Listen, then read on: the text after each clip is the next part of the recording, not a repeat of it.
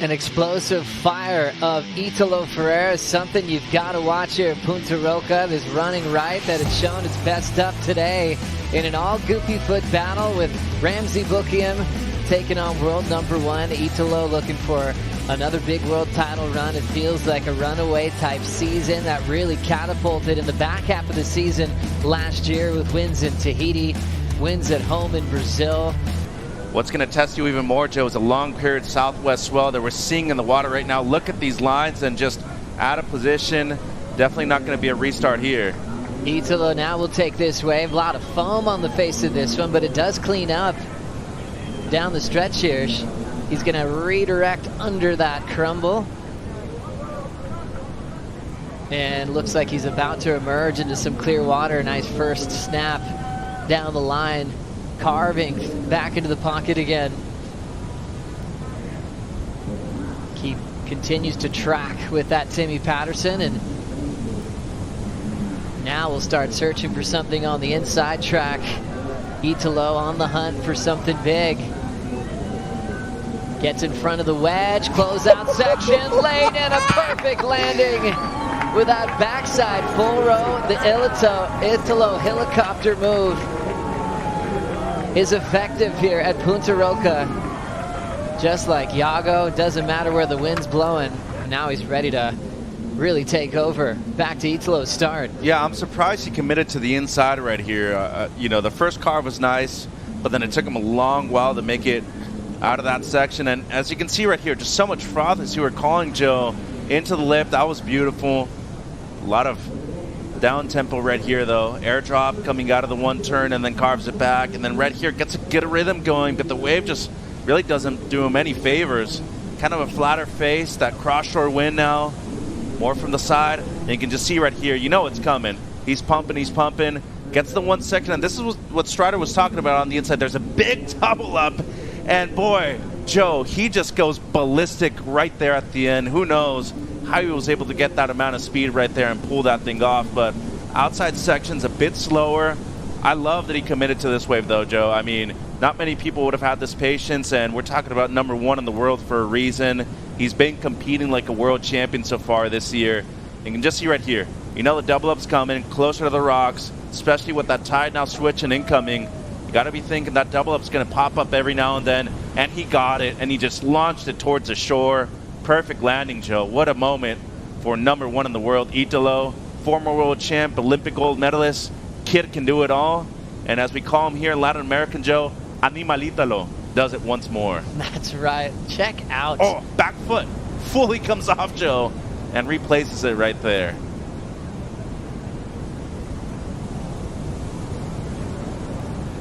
Off the back, and then that kind of made me reset and go like, all right, I gotta like push like 60-70% on these waves, and then just got a couple sixes, and you know that was enough to make the heat. What was your stream of consciousness after that first mistake on that wave to readjust and take the win?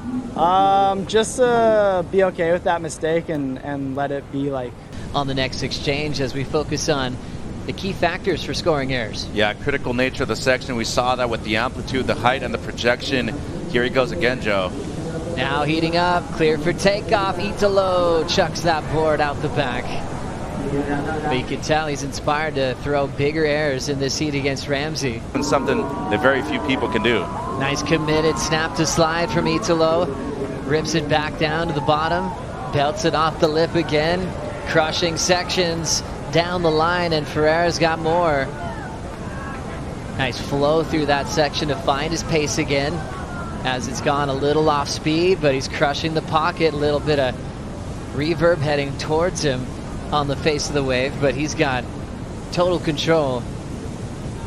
Now creating speed for the backside whip, loses connection. Now two falls go into the air, following the gigantic helicopter he got the 733 on.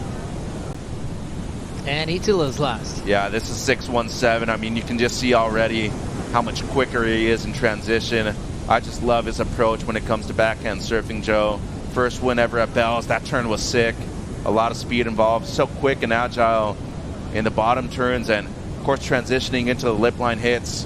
A lot of variety on those maneuvers too, and you can just see the amount of spray he throws for a guy his size. He's not super tall, Joe, which is major impressive. It just comes down to the timing of these maneuvers right here. And try to force in the air. Got to watch out for that board not flipping on you, but some real good quick surfing. When we talk about quick transitions, where he's from, Bahia Formosa, these kind of conditions super similar. He's got to be feeling right at home, Joe. Definitely, he showed. And he paddles back out to see Ramzi now making a decision. Boukhiam starting to set up a fired up backhand. He will just extend the flow. Great start to set up a big bottom turn, and solid Ramzi backhand snap. Rips it back into the pocket, air drop controls it. Hits the lip again, and now trying to make the inside wall. It's really moving on him, so he's got to lay down. Last of Ramzi.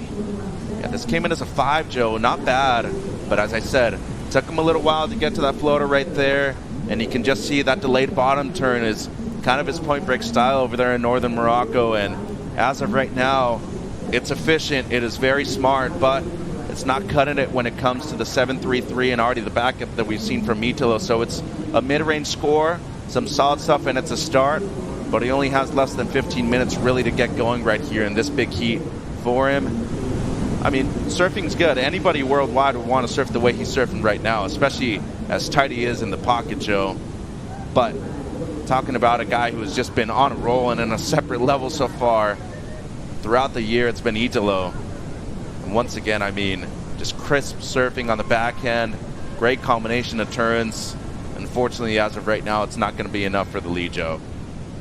That whole idea is changing with Cole Hauschman, Matty Wilkinson, and Inaki back in the day. But also that final that Italo had with Medina at J-Bay was unbelievable.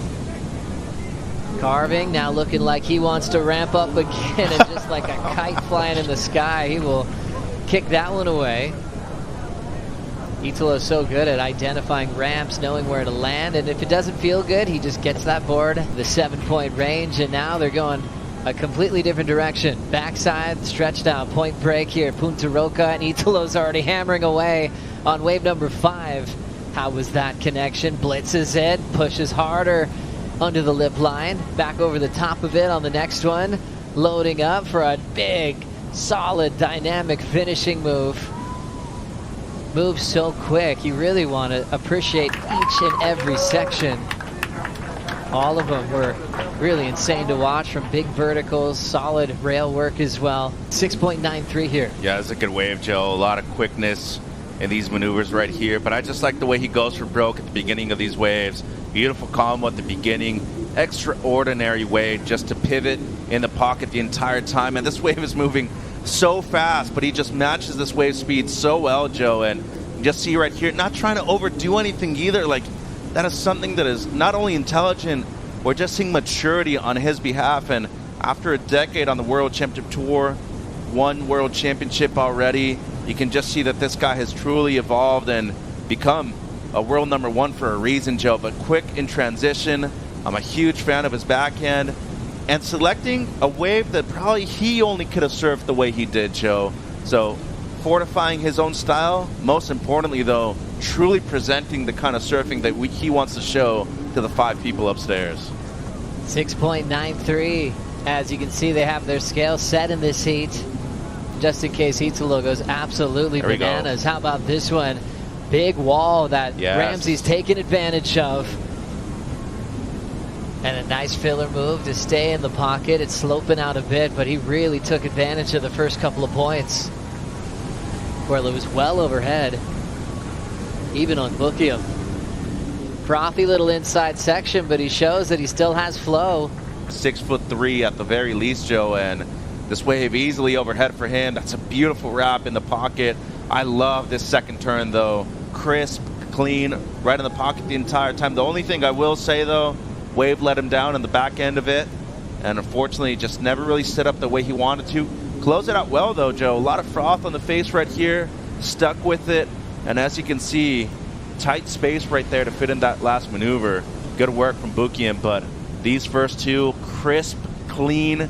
But I told you before, the only way to beat Italo right here, less is more, a lot more power and emphasis on those first two, Joe, on the outside. Some great stuff from the Moroccan surfer. He was so fired up. He was basically telling Kelly he was willing to go on anything that day. He had adrenaline just bursting through his veins. Let's see if he can draw on some adrenaline right now. Ramzi, big wind up, goes as late as he can to be extra committed, but he can't hang on. Or maybe a lot of them do, and they still want to get in their opponent's head, but it's one of those things where it doesn't really add too much weight, and it's obviously a vital part of information you can get from yourself, too. Super smooth, great snap, trying to come around the corner again, straight up, vertical. Ooh. Belts it again. Ramzi swinging hard, crushing sections, and hopping out. One thing was, it wasn't a set wave, and he needs the best number of the heat by far. Adding more points to that total as world number 1. He is completely owning the tour so far this season, and we'll see him compete later on today. Up next, Jordy Smith takes on Leonardo Fioravanti.